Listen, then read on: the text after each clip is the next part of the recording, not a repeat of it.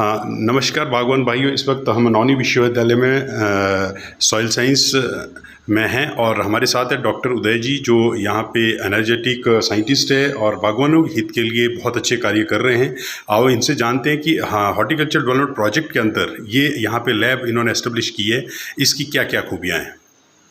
धन्यवाद।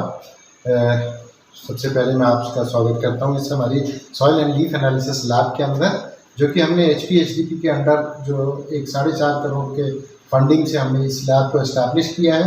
इसमें हमारे जो HPHDP के क्लस्टर्स हैं हाई डेंसिटी प्लांटेशन के, उनके सैंपल्स जो हैं हम थ्रू डिपार्टमेंट ऑफ हॉर्टिकल्चर हम यहाँ पे एनालाइज करते हैं। उसमें सारे न्यूट्रिएंट्स जो हमारे हैं वो बड़े एक्यूरेटली, उसके लिए हमारे पास हाई एंड इक्विपमेंट्स हैं, जैसे एटॉमिक एब्जॉर्प्शन है जो कि जर्मन से आया है, डाइजेशन सिस्टम्स हैं जो US से आए हैं।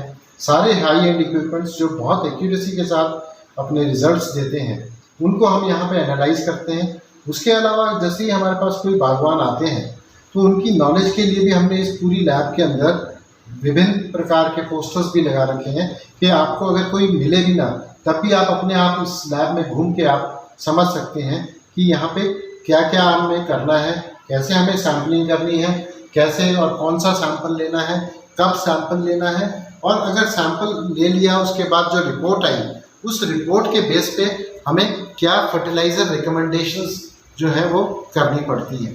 उसके अलावा कौन सी हम ऑर्गेनिक फार्मिंग में जाना चाहते हैं तो ऑर्गेनिक फार्मिंग क्या है, अदरवाइज जो ट्रेडिशनल फार्मिंग है उस पर भी स्टिक कर सकते हैं हम। इसके साथ ही हमारे जैसे डिफरेंट टाइप्स के जो हमारे इक्विपमेंट्स हैं उसकी ये लैब है, उसमें भी हम अलग तरह की एनालिसिस जो है वो करते हैं। ये डाइजेशन सिस्टम है हमारा, जो माइक्रोवेव डाइजेशन सिस्टम है। इसको अगर आप देखेंगे, इसमें हम सैंपल्स जो लीफ सैंपल हमारे पास आते हैं उनको डाइजेस्ट करके और बहुत जल्दी हम उसमें प्रोसेसिंग कर पाते हैं, क्योंकि पहले जो था 2-3 महीने का टाइम लग जाता है तो कई बार सैंपल को प्रोसेस करने में। अब इससे हमारे को जो टाइम है, जो पहले 2-3 महीने लगता था, उसको हम शॉर्टन करके अब 1 महीने से भी कम समय में हम रिपोर्ट्स फार्मर्स तक पहुंचा रहे हैं। इसके अलावा अगर आप इस साइड को देखेंगे हमारे पास, तो ये हमारा अपनी स्टडीज़ के लिए हम लीफ एरिया मीटर, जो अमेरिकन मॉडल्स हैं, लिकॉर का है, लीफ एरिया मीटर है। इसमें हम जो लीफ का है, क्योंकि कोई भी हम न्यूट्रिएंट की हम रिस्पॉन्स स्टडी करते हैं तो उसमें लीफ का एरिया हमें निकालना पड़ता है, तो लीफ एरिया के लिए उस तरह के इंस्ट्रूमेंट हम यूज़ करते हैं। माइक्रोन्यूट्रिएंट 17 एक इंस्ट्रूमेंट पे एनालिसिस होते हैं।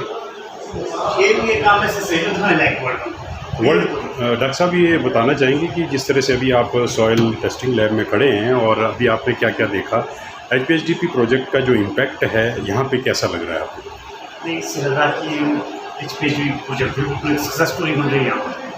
जिस तरह से साढ़े 4 फुट ये लैब बनी है, जिसमें सारे इंस्ट्रूमेंट जो बाहर से आए, कोई USA से है, कोई जर्मनी से है, और उन्होंने जिस साथ में जो है 5 साल की जो है AMCG है, AMC मीन्स कि इसकी जो मेंटेनेंस होगी वो 5 साल तक जो कंपनी करती रहेगी, बोले किस्म का वारंटी है। इसमें क्या डॉक्टर साहब ने बताया था, ये जो मशीन है 45 लाख की, और इसमें कौन कौन से न्यूट्रिएंट जो एनालिसिस करते हैं? इसमें तो मतलब इन्होंने जो सारे एलिमेंट्स जो रखे हैं इसमें, ये थोड़ी गोल्ड को हम कर लेंगे। इसमें गोल्ड की जो वो है, ये माइक्रो बिलियंस पर बिलियंस तक जो ये जा रहे हैं। अभी वो दूसरी मशीन दिखाना चाहेंगे आप मेरे को, क्योंकि ये जो हाँ जी, ये मशीन पे क्या क्या करना चाह रही है? ये मशीन है 25 लाख की। 25 लाख की क्या है इसमें, ये बताइए। ये वाली मशीन का क्या नाम है?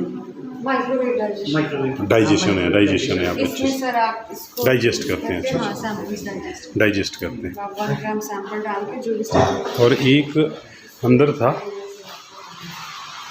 ये 15 लाख की मशीन है और इसमें कार्बन हाइड्रोजन की एनालिसिस होती है। 15 लाख का, इस तरह 4.5 लाख की जो लैब बनी है यहाँ पे HPHDP प्रोजेक्ट के अंदर जितने भी बागवानों ने अपने बगीचे लगाए हैं और free of cost soil sampling और उसकी सॉइल टेस्टिंग होती है। तो बागवानों से अनुरोध है कि जल्दी जल्दी अपने क्लस्टर से सैंपल इकट्ठे करें और इस लैब में भेजिए। आपको charge hi tech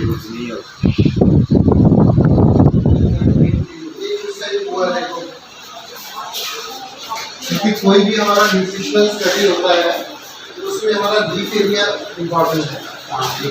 this is your leaf area method.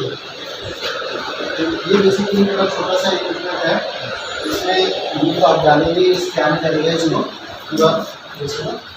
पूरा चलेगा, स्कैन होगा, स्कैन होके इसके बाद इसका रिजल्ट आ जाएगा कि कितना लीफ एरिया आपके पर्टिकुलर प्लांट का है।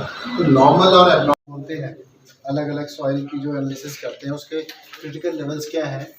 ऑर्गेनिक कार्बन 5 से 10 ग्राम पर केजी या परसेंट कर लो, परसेंट में 0.5 to 1% बन जाता है ग्राम पर केजी को अगर परसेंट में कन्वर्ट करेंगे।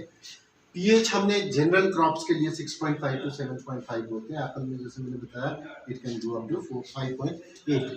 Electrical conductivity less than 2 decisiemens, ठीक है। नाइट्रोजन 280 से 560। अब ये एक चीज़ देखने वाली होती है, जो हमारी पैकेज ऑफ प्रैक्टिसेस हैं जिसमें हर एक में दिया होता है कि इसमें इस क्रॉप में इतना डालो, that is according to this कि अगर इससे कम है तो आपको उसकी डोज इंक्रीज करनी पड़ेगी और ज़्यादा है तो कम करनी पड़ेगी। फॉस्फोरस हमारा 10 से 25 kg पर हेक्टेयर का होता है, ठीक है। तो उसके बाद पोटाशियम का 118 से 280, ठीक है। कैल्शियम 1.5 सेंटीमोल्स, बिकॉज ये हम एक्सचेंजेबल पोटेशियम निकालते हैं, वो सेंटीमोल्स में कैलकुलेट होता है। जिंक अगर देखें 0.6 mg पर kg है, 0.6 mg पर kg क्या होता है ppm। सॉइल के लिए हम mg पर kg यूज करते हैं, लिक्विड में हम ppm यूज करते हैं। तो mg पर kg जिंक और बोरॉन 0.5, ये दो क्रिटिकल लेवल्स हमें ध्यान रखने पड़ते हैं सॉइल्स के। फिर आगे हमारे सफिशिएंसी रेंजेस जो हमने फ्रूट क्रॉप्स या वेजिटेबल क्रॉप्स के लिए हैं।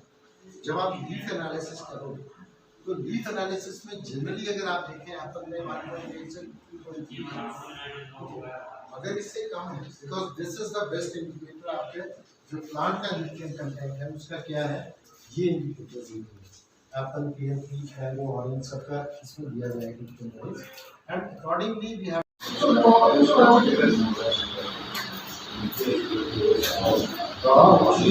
पुरानी इसका है, मतलब कि कॉमन जो सबसे कॉमन है जो हमारे ये तो बोरोन यही रहता है। जिंक और बोरोन। जैसे आप सब्जियां भी उगा रहे हैं ना, अगर आप इतने को काटेंगे सेंटर से सड़ी हुई दैट इज बोरोन।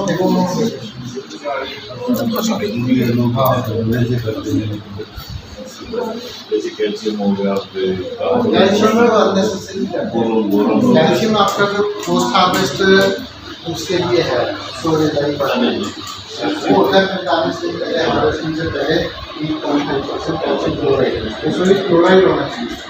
आपको मिलता तो नहीं है डोज, आपको ठंडा डोज गर्म डोज जो है ना वो कैल्शियम के लिए, गर्म डोज बनेगा आपका कैल्शियम कार्बोनेट है, ठंडा डोज बनता है कैल्शियम क्लोराइड। कैल्शियम क्लोराइड भी आपका दूसरा होता है। अब एक होता है कि भाई हमारे पास लैब, ठीक है, अब ये लैब जो है इसमें 1.5 करोड़ का इंस्ट्रूमेंट है, एक आपकी रैपिड टेस्टिंग लैब, तो फर्क तो होगा क्योंकि बहुत से लैब्स हैं जो आपका एक लैब में हमारा भी स्टूडेंट होगा है